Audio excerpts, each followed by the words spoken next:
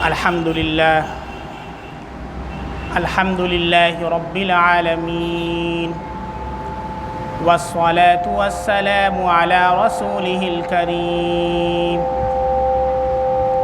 وعلى آله وصحبه أجمعين. أما بعد فأعوذ بالله من الشيطان الرجيم.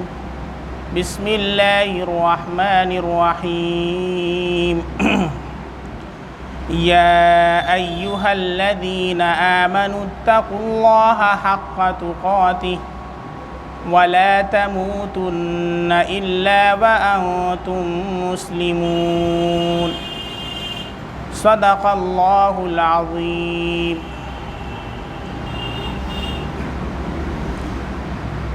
برادران اسلام اور میرے عزیز اسلامی بھائیوں، اللہ رب العزت اس کائنات کا خالق ہے اور یہاں کا ہر ذرہ، ہر پتا اور ہر بوٹا اس کے حکم کا محتاج ہے۔ بغیر اللہ کے حکم کے نہ ایک پتا گرتا ہے اور نہ کوئی ذرہ ادھر کا ادھر ہوتا ہے۔ عزت و ذلت اللہ کے ہاتھ میں ہے۔ وَتُعِزُّ مَن تَشَاءُ وَتُذِلُّ مَن تَشَاءُ۔ اللہ جسے چاہتے ہیں عزت عطا فرماتے ہیں اور جسے چاہتے ہیں ذلیل کر دیتے ہیں۔ اللہ رب العزت کے اوپر ایک ایمان والے کا ایمان یہ ہونا چاہیے کہ صرف اللہ کا خوف اور اللہ کی خشیت اس کے دل کے اندر ہو۔ اللہ کے علاوہ کا خوف اور اللہ کے علاوہ کا ڈر اس کے دل کے اندر نہ ہو۔ اگر ایک ایمان والے کے دل میں اللہ کا بھی خوف ہے اور ما سوی اللہ کا بھی خوف ہے تو صحیح معنوں میں وہ ایمان والا ہی نہیں۔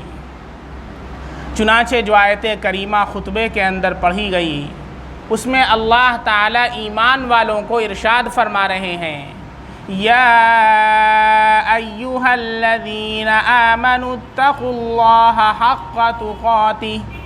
اے ایمان والو، اللہ سے ڈرو جیسا کہ اس سے ڈرنے کا حق ہے۔ وَلَا تَمُوتُنَّ إِلَّا وَأَنْتُمْ مُسْلِمُونَ۔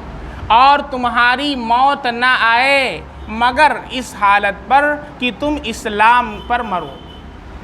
یعنی اتنی کوشش ہو زندگی میں کہ ایمان کے اوپر ہماری موت آئے، اس کی بھی کوشش کرنی ہے۔ چنانچہ سورہ آل عمران کے اندر اللہ رب العزت نے وہ نقشہ کھینچا ہے کہ جب غزوہ احد میں بظاہر اللہ کے نبی صلی اللہ علیہ وسلم کا ایک حکم ٹوٹنے کی وجہ سے جیتی ہوئی جنگ شکست کے اندر تبدیل ہو گئی، تو کفار مکہ نے اس کے بعد ایک سازش رچی مسلمانوں کے خلاف اور ایک افواہ پھیلائی کہ بہت بڑے لشکر کی صورت میں کفار مسلمانوں پر حملہ کرنے کے لیے آ رہے ہیں، اور انہوں نے یہ سوچا کہ یہ خبر جو ہی مسلمانوں کو ملے گی فوراً مسلمان ڈر جائیں گے، کانپنے لگیں گے، چارپائی کے نیچے گھس جائیں گے۔ اللہ نے اس کا تذکرہ سورہ آل عمران میں فرمایا ہے، آیت نمبر 147 میں اللہ ارشاد فرماتے ہیں، الذین قالوا، وہ لوگ جنہوں نے کیا کہا؟ الذین قالوا، ان لوگوں نے کہا کہ ڈر جاؤ، فخشوہم،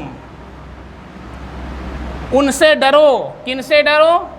قد جمعوا لکم، یہ کفار مکہ تمہارے خلاف جمع ہو گئے ہیں اور جمع ہو کر کے تمہارے اوپر حملہ کرنے کے لیے آ رہے ہیں، لہذا فخشوہم، ان سے ڈرو۔ تو اللہ نے ایمان والوں کی صفت وہاں پر ذکر فرمائی ہے کہ وہ ڈر کر کے چرپائی کے نیچے نہیں گھس گئے، اگرچہ نہ اسلحہ ان کے پاس تھا نہ اتنی تعداد تھی، تو اللہ نے ان کی صفت یہ ذکر فرمائی ہے فزادہم ایمانا۔ تو کفار مکہ کی ان باتوں نے، ان افواہ نے ان کے ایمان کو اور بڑھا دیا، ایمان گھٹا نہیں ان کا، اور ایمان بڑھ گیا۔ فزادہم ایمانا، اور انہوں نے کیا کہا؟ وہی جملہ ہمیں اور آپ کو بھی کہنا چاہیے، یہ صحابہ کا جملہ اللہ نے نقل فرمایا۔ وَقَالُوا حَسْبُنَا اللَّهُ وَنِعْمَ الْوَكِيلُ، صحابہ نے کیا کہا؟ اللہ ہمارے لیے کافی ہے اور وہی بہترین کارساز ہے۔ چنانچہ کسی صحابی کا ایمان گھٹا نہیں بلکہ ان کے اس ڈرانے کی وجہ سے اور بڑھ گیا، اور کفار مکہ کی جو سازش تھی، جو پلاننگ تھی، وہ فیل ہو گئی، اور جو وہ لوگ حملہ کرنے کے لیے سوچ رہے تھے کہ دیکھیں ڈرتے ہیں، تو دیکھا کہ اور زیادہ ان کا ایمان بڑھ گیا، اور وہ تو کہہ رہے ہیں حسبنا اللہ ونعم الوکیل، جسے آنا ہو آئے، اللہ ہمارے لیے کافی ہے، دیکھ لیں گے، دو ہاتھ کر لیں گے۔ یہ جو ایک جملہ بہت تیزی سے چلایا گیا ہے، اس نے اس امت کو بڑا نقصان پہنچایا، اور 10 سلطنتیں، حکومتیں، اسلامی حکومتیں اس کی وجہ سے گری ہیں، ایک جملے کی وجہ سے۔ کیا جملہ ہے؟ اسلام امن کا درس دیتا ہے۔ بات ادھوری کی گئی ہے، کامل بات نہیں کی گئی ہے، بات کمپلیٹ نہیں کی گئی۔ اسی طریقے سے کچھ لوگ جو ایک کتاب پڑھ لیتے ہیں یا سوشل میڈیا پر ایک حدیث دیکھ لیتے ہیں اور گوگل مفتی بن جاتے ہیں، تو ایک حدیث جان کے سوچتے ہیں کہ بہت بڑے جانکار ہم ہو گئے، اور حالت ان کی کیا ہوتی ہے کہ حدیث کے اندر آپ پڑھیں گے تو دیکھیں گے کہیں لکھا ہوتا ہے عمر، اور اس کے بعد واو لکھا ہوتا ہے۔ عمر کے بعد کیا لکھا ہوتا ہے؟ واو۔ اس کو کیا پڑھتے ہیں؟ عمرو۔ یہ ان کے علم کی حالت ہوتی ہے۔ یہ ان لوگوں کی حالت ہوتی ہے جو ایک حدیث جان کر کے وہ کیا کرتے ہیں؟ گوگل مفتی بن جاتے ہیں، اور کیا پڑھتے ہیں حدیث میں؟ عمرو۔ میں اللہ کے بندے، اتنا تجھے علم نہیں کہ عمرو ہے کہ کیا ہے، اور تو بنائے مفتی؟ ان لوگوں کی حالت، ان لوگوں نے ایک ایسا سینٹنس چلا دیا اور امت کو اس کی وجہ سے نقصان ہوا بہت زبردست۔ کیا؟ اسلام امن کا درس دیتا ہے۔ بہت اچھی بات ہے، اسلام امن کا درس دیتا ہے۔ کب دیتا ہے امن کا درس؟ وہ تو بتایا ہی نہیں۔ جب امن کی حالت ہو، سامنے والا بھی امن چاہتا ہو، اسلام امن کا درس دیتا ہے، سامنے والا بھی امن چاہتا ہے، ہم بھی امن چاہتے ہیں، بہت اچھی بات ہے۔ سامنے والا آپ کو تلوار سے مارنا چاہ رہا ہے تو ہم اس کو لڈو نہیں کھلائیں گے، وہاں جہاد کی تعلیم دیتا ہے اسلام۔ بات سمجھ میں آ رہی ہے؟ اسلامی حکومت جب قائم ہوتی ہے، اسلامی سلطنت قائم ہوتی ہے، اسلامی خلافت قائم ہوتی ہے، مجال نہیں ہے کسی غیر مسلم کی کسی مسلمان کی طرف ترچھی نگاہ سے دیکھ لیں، ہمت نہیں کسی کے اندر۔ اس ایک جملے کی وجہ سے 10 سلطنتوں کو گرایا گیا ہے۔ اسلام امن کا درس دیتا ہے، امن کا درس دیتا ہے، امن کی حالت کے اندر، امن کی پوزیشن کے اندر، سامنے والا بھی امن چاہتا ہو، لیکن جہاں سامنے والا وہ تکبر کے اوپر اترتا ہو، سامنے والا بدماشی پر اترنا چاہتا ہو، سامنے والا ادھر 313 ہیں مدینہ کے اوپر چڑھائی کر رہا ہو، غزوہ احد کے اندر 1000 کا لشکر لے کر کے مارنے کے لیے آ جائے، غزوہ خندق کے اندر چاروں طرف سے مسلمانوں کو گھیر لے، تو وہاں پر یہ نہیں کہا جائے گا کہ ان کو لڈو کھلاؤ، وہاں جہاد کی تعلیم دیتا ہے۔ بات سمجھ میں آ رہی ہے؟ اس لیے یہ جملہ انکمپلیٹ جو ہے اسے فارورڈ نہ کریں، بات پوری کیا کریں۔ تو میں نے جیسا کہ کہا، صحابہ کرام کو اس جملے نے اور ان کے ایمان کو بڑھا دیا، اور انہوں نے کہا حسبنا اللہ ونعم الوکیل، لہذا بجائے صحابہ کے اندر جانے کے کفار ہی اندر چلے گئے، اور اس کے بعد کوئی ایسی جنگ نہیں ہے جس میں کفار کو فتح ہوئی ہو، صحابہ ایمان کی وجہ سے لڑے۔ چنانچہ ایک میں نے اس کو نقل بھی کیا ہے، غزوہ یرموک کے موقع پر، جنگ یرموک کے موقع پر صحابہ کی تعداد کم ہے، کفار کی تعداد لاکھوں کے اندر ہے۔ جو ان کے کمانڈر ہیں حضرت عمر رضی اللہ عنہ کو خط لکھتے ہیں کہ ہماری تعداد کم ہے، ادھر سے کمک بھیجی جائے، فوج بھیجی جائے۔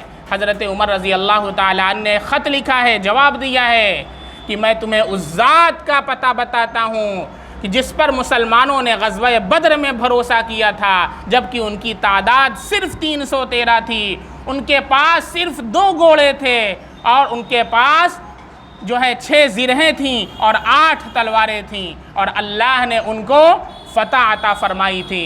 لہذا جیسا ہی میرا خط تم کو ملتا ہے، فوراً تم دشمنان اسلام پر ٹوٹ پڑو۔ فوراً مسلمانوں نے اس خط کو پڑھا ہے اور حملہ کیا ہے، ساروں کے ساروں کا چھکا چھڑا دیا ہے۔ آج بھی جگہ جگہ مسلمانوں کو ڈرانے کی سازشیں چل رہی ہیں، کبھی جملوں سے ڈرایا جاتا ہے، کبھی ایکشن سے ڈرایا جاتا ہے، کبھی کسی چیز سے ڈرایا جاتا ہے۔ یاد رکھیں، ایمان اور ڈر ایک دل میں جمع نہیں ہو سکتے ہیں۔ موت آئے گی، 1 مرتبہ آئے گی، 100 مرتبہ نہیں آئے گی۔ اور ایک بات اور یاد رکھیں، شیر کی 1 دن کی زندگی گیدڑ کی 100 سال کی زندگی سے بہتر ہے۔ مومن شیر کی طرح رہتا ہے، وہ ڈر کر کے نہیں رہتا ہے۔ اگر آپ ہماری رسپیکٹ کرتے ہیں، ہم بھی آپ کی رسپیکٹ کریں گے۔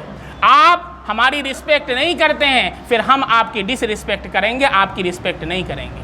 جو عزت نہیں دیتا، حضرت عمر کا جملہ سنیے، جو دوسروں کو عزت نہیں دیتا وہ خود ذلیل ہوتا ہے۔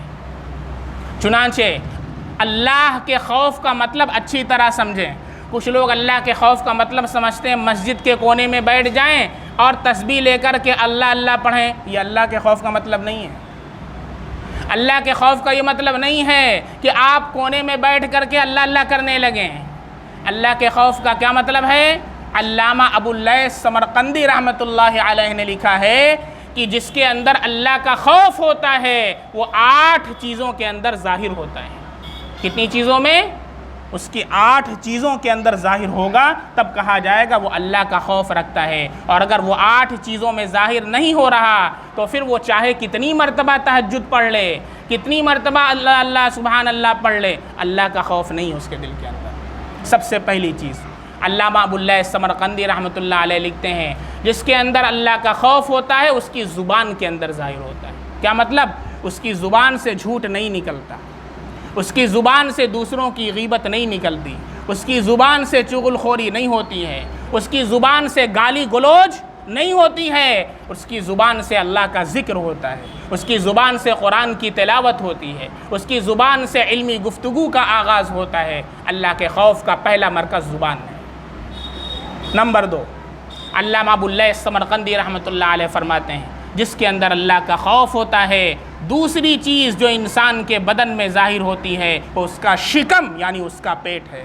حرام مال سے اپنے پیٹ کو بچاتا ہے، حرام مال اپنے منہ میں نہیں ڈالتا ہے، حرام مال سے اپنے پیٹ کی پرورش نہیں کرتا ہے اور رزق حلال کماتا ہے، اللہ کا خوف اپنے دل کے اندر رکھتا ہے۔ اور چاہے بیٹھ کر کے تہجد پڑھے اور خوب حرام مال ڈھکار رہا ہے کھٹاکھٹ، اللہ کا خوف نہیں رکھتا ہے، چاہے کتنی لمبی تقریر کر لے وہ۔ نمبر 3، علامہ ابو اللیث سمرقندی رحمۃ اللہ علیہ فرماتے ہیں جس کے دل میں اللہ کا خوف ہوتا ہے وہ اس کی آنکھ کے اندر ظاہر ہوتا ہے، حرام چیز کا مشاہدہ نہیں کرتا ہے، ننگی لڑکیوں کو نہیں گھورتا ہے، پورن ویڈیوز نہیں دیکھتا ہے، ننگی تصاویر کو نہیں دیکھتا ہے، حرام سے اپنی آنکھ کو بچاتا ہے۔ یہ آنکھوں کا زنا ہے، یہ آنکھوں کا زنا ہے، زنا سے اپنے آپ کو بچاتا ہے۔ زنا نام اس کا ہی نہیں ہے، زنا آنکھ کا بھی ہوتا ہے، گندی چیزوں کو دیکھتا ہے، اللہ کا خوف اس کے دل میں نہیں ہے۔ یہ آنکھ کا کیا ہے؟ اللہ کا خوف ہے۔ اسی طریقے سے اس کا چوتھا جو مظہر ہے اللہ کے خوف کا، اس کے ہاتھ کے اندر ظاہر ہوتا ہے، وہ ہاتھ کو اللہ کی اطاعت کے اندر لگاتا ہے، اللہ کی نافرمانی میں نہیں لگاتا ہے۔ 5ویں اس کے پیر کے اندر ظاہر ہوتا ہے، وہ اپنے پیر کو اللہ کی اطاعت میں لگاتا ہے، ناجائز جگہوں پر پیر کو استعمال نہیں کرتا ہے۔ 6، اللہ رب العزت کی اطاعت اور فرما برداری کے اندر لگاتا ہے، اس کی اطاعت اور فرما برداری اللہ کے حکموں کے اوپر ظاہر ہوتی ہے۔ اور اس کے دل کے اندر اللہ کا خوف ہوتا ہے کہ دل کے اندر سے اللہ کے خوف کو دل کے اندر بھرتا ہے، ماں سے اللہ کا خوف اس کے دل کے اندر نہیں ہوتا ہے۔ اور 8ویں نمبر پر اس کی سماعت کے اندر اللہ کا خوف ظاہر ہوتا ہے۔ سماعت کا مطلب کان کے اندر، کان سے ناجائز چیزوں کو نہیں سنتا ہے، گانوں کو نہیں سنتا ہے، ایئر فون لگا کر کے چل رہا ہے، بائک چلا رہا ہے، گانا چل رہا ہے، اسی حال میں ایکسیڈنٹ ہوتا ہے، اسی حال میں دنیا سے چلا جاتا ہے۔ کیا حال ہوتا ہے؟ گانا سن رہا ہے، حرام کر رہا ہے۔ زنا کے بارے میں اللہ کے نبی کا کیا ارشاد ہے؟ الزانی لا یؤمن، الزانی حین یزنی وہو لا یؤمن۔ زنا کرنے والا جس وقت زنا کرتا ہے وہ مومن نہیں رہتا۔ اب آپ سوچیں کتنی زبردست وعید ہے، ایمان اس کے دل سے نکل جاتا ہے۔ جو بچے بچیاں اس کام کے اندر مشغول ہیں، اس کام کے اندر لگے ہوئے ہیں، آپ ذرا اس کی سنگینی کے اوپر غور کریں۔ اگر اس حال کے اندر انتقال ہو تو پھر بتائیں کیا بنا اپنی آخرت بھی اجڑ گئی، اپنی دنیا بھی اجڑ گئی۔ کتنے لوگ ہیں جو ذرا سی لذت کی خاطر اپنی دنیا اور آخرت کو تباہ اور برباد کر دیتے ہیں۔ اس لیے آج کا پیغام ہے اللہ کا خوف اپنے دل کے اندر پیدا کریں۔ اور اللہ کے خوف کا کیا مطلب ہے؟ اللہ کے خوف کا مطلب اس کا مظہر 8 چیزوں کے اندر ظاہر ہونا چاہیے۔ اللہ کے خوف کا مظہر 8 چیزیں ہیں۔ اگر وہاں پر اس کا اظہار نہیں ہوتا ہے تو لمبی لمبی آپ نمازیں پڑھتے رہیں، لمبی لمبی تسبیحیں پڑھتے رہیں، لمبے لمبے مراقبے کرتے رہیں، روزانہ پورا قرآن ختم کرتے رہیں، آنکھوں سے زنا کر رہے ہیں، ہاتھ سے حرام کام کر رہے ہیں، اور زبان سے آپ جھوٹ بول رہے ہیں، گالی گلوج کر رہے ہیں، تو یاد رکھیں اللہ کا خوف ابھی دلوں کے اندر سرایت نہیں کیا۔ اللہ رب العزت اپنا خوف ہمارے دلوں میں پیدا فرما دے، اور خوف کا جو حقیقی مفہوم ہے اللہ رب العزت ہمیں اس کے اوپر عمل کرنے کی توفیق عطا فرمائے، اور حرام کاموں سے اللہ ہم سب کو بچنے والا بنا دے۔ انہی چند کلمات کے ساتھ میں آپ سے رخصت ہوتا ہوں۔ وآخر دعوانا الحمد للہ رب العالمین۔